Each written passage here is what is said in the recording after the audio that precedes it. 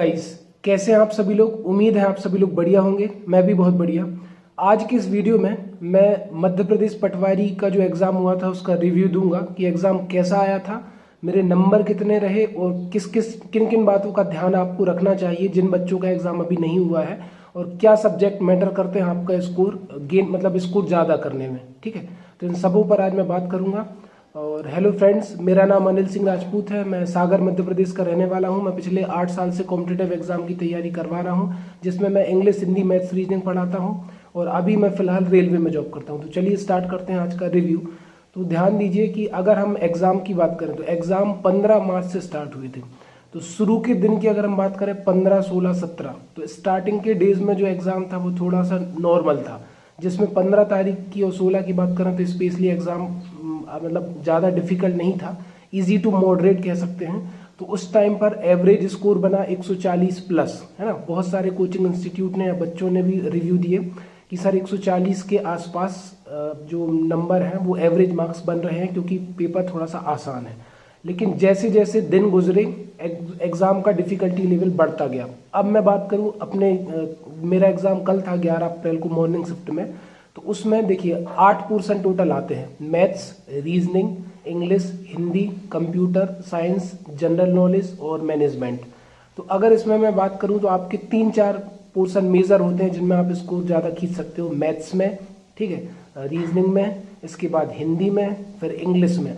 ये अगर पोर्शन आपके अच्छे हैं तो उन्हीं बच्चों का स्कोर थोड़ा ठीक ठाक आ रहा है, क्योंकि जनरल नॉलेज एमपी ज़्यादा पूछ नहीं रहे हैं, करंट पूछ रहे हैं तो करंट थोड़ा गहराई में पूछा जा रहा है, कंप्यूटर भी डीप में पूछा जा रहा है। कल तो C++ जावा को भी कवर कर लिया है ना, कोडिंग डिकोडिंग भी पूछ ली।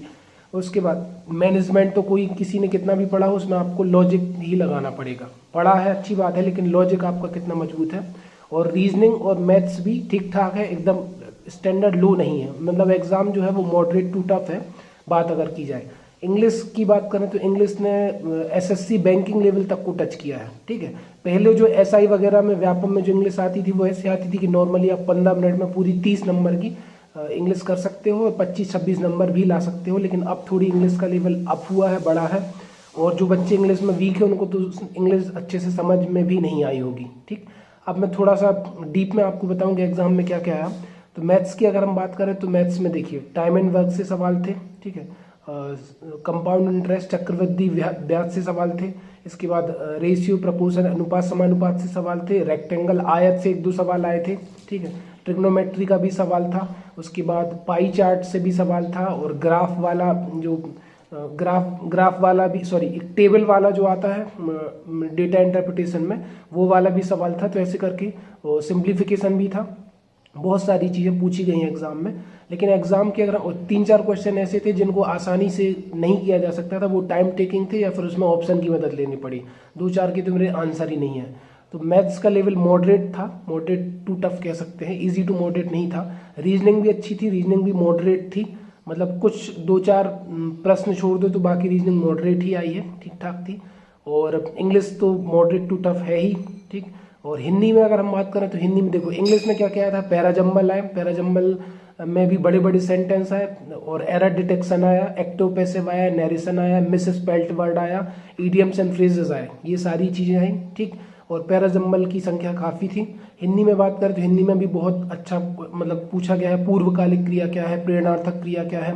इसके बाद उसमें भी सेंटेंस को जमाने वाला सवाल भी था, विराम चिन्ह से भी सवाल थे, है ना, और रस और ये छंद से भी सवाल पूछे गए थे। तो बहुत सारी चीज़ें हिंदी में भी कवर करी गई हैं। करंट 10 नंबर का था, और उसमें MP के बहुत कम सवाल आए, 1 ही 2 सवाल मेरे को देखने मिले या शायद नहीं मिला। साइंस भी अच्छी थी, डीप में पूछी गई थी, मतलब कोई भी पोर्शन ऐसा नहीं था कि जो आसान हो। लेकिन अगर आपको हाई स्कोर करना है तो देखिए 2-3 चैप्टर आपके मेजर पिलर हैं: मैथ्स, रीजनिंग, इंग्लिश, 3 तो हो ही गए, इसके बाद हिंदी 4 अगर आपने अच्छे से कर लिए, उसके बाद कंप्यूटर, GK और साइंस, ठीक है, फिर लास्ट में मैनेजमेंट। तो अगर मान के चलो साइंस को आप पहले भी रख सकते हो अगर आपका साइंस अच्छा है, लेकिन वो पढ़ा पढ़ाया रटा रटाया नहीं आ रहा है, ठीक है। तो इतने ये जो शुरू के मैंने आपको चैप्टर बताया, अगर आपके वो अच्छे हैं तो ज़्यादा स्कोर आएगा। मेरा जो स्कोर था वो लैब में था हाईएस्ट, मतलब 3 lab 1, lab 2, lab 3, lab 4, 3-4 lab बनी थी, उसमें हाईएस्ट था। मेरे टोटल 129 मार्क्स हैं, ठीक है। मैंने खास तैयारी नहीं करी, अब कुछ बच्चे पूछ रहे हैं कि सर जॉब के साथ टाइम मिलता है, तो टाइम खूब मिलता है, अगर मैं पढ़ता तो और स्कोर भी आ जा सकता था, ठीक है। लेकिन मैंने बिल्कुल बिना पढ़े, बिल्कुल मैंने पेन कॉपी कुछ भी नहीं उठाया था। 3-4 महीने में नॉर्मली एग्जाम देने आया था। लेकिन हाँ, पहले का मैंने पढ़ाया भी है और पहले की मेरी पढ़ाई थी, तो उसी का मुझे फ़ायदा मिला। तो अभी मैं कट ऑफ का प्रेडिक्शन तो नहीं करूंगा इस वीडियो में, लेकिन ये है कि जिस हिसाब से पिछले प्रीवियस ईयर के पेपर से अगर हम कंपेयर करें, इस बार कट ऑफ हाई नहीं जाने वाला है। कट ऑफ पे पिछले मुकाबले, जैसे पिछली बार 80-85 वालों का हुआ, तो इस बार कम वालों का भी होगा 200 में से, ठीक है, लेकिन पिछली बार से कम रहेगा। और दूसरा, नॉर्मलाइजेशन भी बहुत बड़ा फैक्टर है। किसी के अगर 140 मार्क्स हैं तो उसके नॉर्मलाइजेशन में थोड़े बहुत 2-4 कम भी हो सकते हैं, ठीक है। जिसके 130 मार्क्स हैं उसके नॉर्मलाइजेशन में बढ़ भी सकते हैं। तो नॉर्मलाइजेशन फैक्टर है, क्योंकि वहाँ पर आपके जो कंप्यूटर स्क्रीन वाले मार्क्स है वो नहीं बताता है, प्रपोर्शन मार्क्स और नॉर्मलाइज मार्क्स ही दिखाता है। तो अभी बहुत बड़ा फैक्टर है नॉर्मलाइजेशन का, जो कि एग्जाम में होता क्या है कि किसी के एक ही शिफ्ट में किसी के नंबर बढ़ जाते हैं, किसी के घट जाते हैं। तो वो तो आज तक ना समझने वाली चीज़ें आई हैं। तो अब चीज़ें आप छोड़ दो, ठीक है। जो भी आपने एग्ज़ाम में कर दिया है, जो भी एग्ज़ाम दे दिया है, छोड़ दो। अब बस आपका काम है कि जब भी रिजल्ट आए तो रिजल्ट चेक कर लेना। ना ज़्यादा दिमाग लगाइए कि 140 प्लस कट ऑफ जाएगा, 150 प्लस कट ऑफ जाएगा, 130 कट ऑफ जाएगा। ये सब वेस्ट बातें हैं। जो भी होना है वो तो हो गई, तो इस पर आप ज़्यादा परेशान मत होइए।